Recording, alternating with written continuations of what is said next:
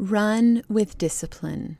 In continuing to look at what the Apostle Paul wrote to the Corinthians about running a race in such a way as to obtain the prize, we recollect that last time we looked at running with perseverance.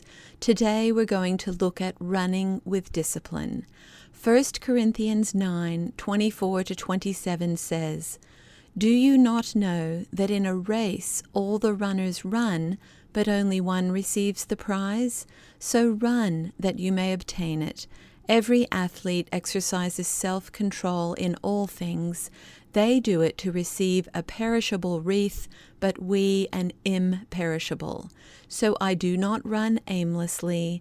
I do not box as one beating the air, but I discipline my body and keep it under control, lest after preaching to others, I myself should be disqualified." There are three main types of discipline: preventive, supportive, and corrective. Preventive discipline is all about focusing on that which is most important so that we don't get off track and so that we can run our best. Supportive discipline can be either internal or external and is that which helps us to gain self-control and get back on track. Corrective discipline is the painful kind, which involves dealing directly with a problem or situation. My first observation is that the more diligently we apply preventive discipline, the less of the other two we'll need. Similarly, the more diligently we apply supportive discipline, the less corrective discipline we'll need. I think we can all agree that corrective discipline is painful and undesirable in most cases. Preventive discipline requires that we focus on that which is most important. Certainly, we must fix our eyes on Jesus first and foremost. But the Bible also instructs us to watch over our hearts, to make plans, to gain wisdom for our ways, and to attend to the condition of those whom God has entrusted into our care. Proverbs 4:23 says, "Watch over your heart with all diligence, for from it flow the springs of life." Proverbs 21:5 says, "The plans of the diligent lead surely to abundance, but everyone who is hasty comes only to poverty." Proverbs 5:21-23 says, "For a man's ways are before the eyes of the Lord, and he ponders all his paths. The iniquities of the wicked ensnare him, and he is held fast in the cords of sin. He dies for lack of discipline, and because of his great folly is led astray." Proverbs 27:23-27 in the Message says, "Know your sheep by name. Carefully attend to your flocks. Don't take them for granted. Possessions don't last forever, you know.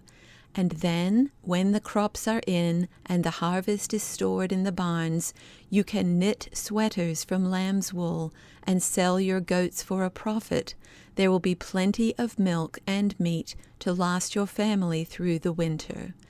What is God inviting you to focus on today? Is there some aspect of His character that He wants you to remember? Is there something troubling your heart that you could give over to Him? Is there a plan of action that needs to be thought out and set in motion? Do you have a need for wisdom in a particular area of your life? Who do you need to most carefully attend to in this season? Supportive discipline helps us to gain self-control and get back on track. And self-control, although a fruit of the Spirit, needs to be practiced just as patience and love and goodness and all the others need to be practiced. It's not doing the great things, globally reaching projects or grand schemes that brings about the blessing of God. It's in the myriad of small things done in great love. As Mother Teresa famously said, "Not all of us can do great things, but we can all do small things with great love." and again and again and again. That has become my rule of life in recent years. It's simple and it's sustainable. What task is God inviting you to join Him in today? Do it with great love, and then do the next task with great love. Be excellent over the long haul. Be steady and stick with it. Our job is to be diligent where we are and with what we have. God is present with us, whether we're doing what we consider sacred or doing what we consider mundane.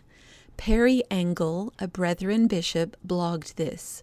Nicholas Herman was a French veteran of the 30 Years' War. After being injured in the war, he ended up in a Carmelite monastery in Paris. He didn't have the necessary education to become a cleric, and so he resigned himself to being a lay brother. He spent most of his years at the monastery washing dishes and repairing sandals. Once there, Nicholas took the lofty religious name of Lawrence of the Resurrection. People who knew him simply called him Brother Lawrence. Brother Lawrence wrote about the spirituality of everyday tasks. His little book, The Practice of the Presence of God, is a collection of his writings compiled after he died in relative obscurity in 1691. In his reflections, this man, who had never attained the position of pastor or priest, told of experiencing the presence of God in tasks as mundane as washing dishes. One of his most famous sayings refers to time spent in the kitchen. The time of business does not with me differ from the time of prayer, and in the noise and clatter of my kitchen, while several persons are at the same time calling for different things, I possess God in as great tranquillity as if I were upon my knees before the Blessed Sacrament. We don't know what God will do next. We do know that He asks us to be faithful where we're at. Ecclesiastes 11:6 says, "In the morning sow your seed, and at evening withhold not your hand, for you do not know which will prosper, this or that, or whether both alike will be good." Proverbs 10:4 and 22. A slack hand causes poverty, but the hand of the diligent makes rich. The blessing of the Lord makes rich, and He adds no sorrow with it. Proverbs 13:11 says, "Wealth gained hastily will dwindle, but whoever gathers little by little will increase it." Proverbs 13:4 says, "The soul of the sluggard craves and gets nothing, while the soul of the diligent is richly supplied." Proverbs 12:24 says, "Work hard and become a leader. Be lazy and become a slave." Proverbs 12:27 says, "Whoever is slothful will not roast his game, but the diligent man will get precious wealth." Proverbs 12:24 and 27 in the Message say, "The diligent find freedom in their work. The lazy are oppressed by work. A lazy life is an empty life, but early to rise gets the job done." In what areas is God inviting you to practice self-control? What would help you to get back on track? Corrective discipline involves dealing directly with a problem or situation. We can trust God when He disciplines us because He is perfectly just and perfectly loving.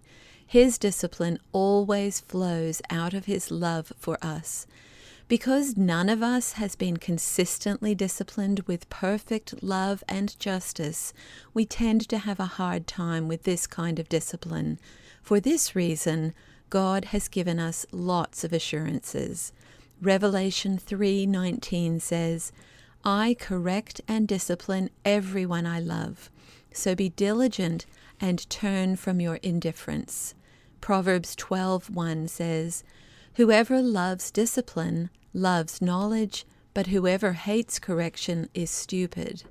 Proverbs 3:11-12 says, "My child, don't reject the Lord's discipline, and don't be upset when he corrects you, for the Lord corrects those he loves, just as a father corrects a child in whom he delights."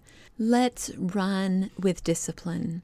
This will not happen through inactivity, the passage of time, or chance. Colossians 3:23-24 says, "Whatever you do, work at it with all your heart as working for the Lord, not for human masters, since you know that you will receive an inheritance from the Lord as a reward. It is the Lord Christ you are serving." It takes work, but it's worth it because we're working for God, and He loves us perfectly, completely, without limit. Let's encourage one another to work with all our hearts at the tasks before us.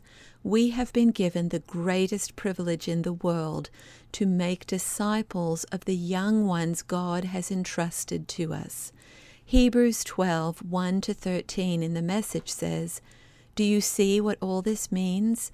All these pioneers who blazed the way? All these veterans cheering us on? It means we'd better get on with it. Strip down, start running, and never quit. No extra spiritual fat, no parasitic sins. Keep your eyes on Jesus, who both began and finished this race we're in. Study how He did it, because He never lost sight of where He was headed, that exhilarating finish in and with God. He could put up with anything along the way, cross, shame, whatever. And now He's there, in the place of honor, right alongside God. When you find yourselves flagging in your faith, go over that story again, item by item, that long litany of hostility He plowed through. That will shoot adrenaline into your souls. In this all-out match against sin, others have suffered far worse than you, to say nothing of what Jesus went through, all that bloodshed. So don't feel sorry for yourselves. Or have you forgotten how good parents treat children, and that God regards you as His children? My dear child, don't shrug off God's discipline, but don't be crushed by it either. It's the child He loves that He disciplines. The child He embraces, He also corrects. God is educating you. That's why you must never drop out. He's treating you as dear children. This trouble you're in isn't punishment. It's training, the normal experience of children. Only irresponsible parents leave children to fend for themselves.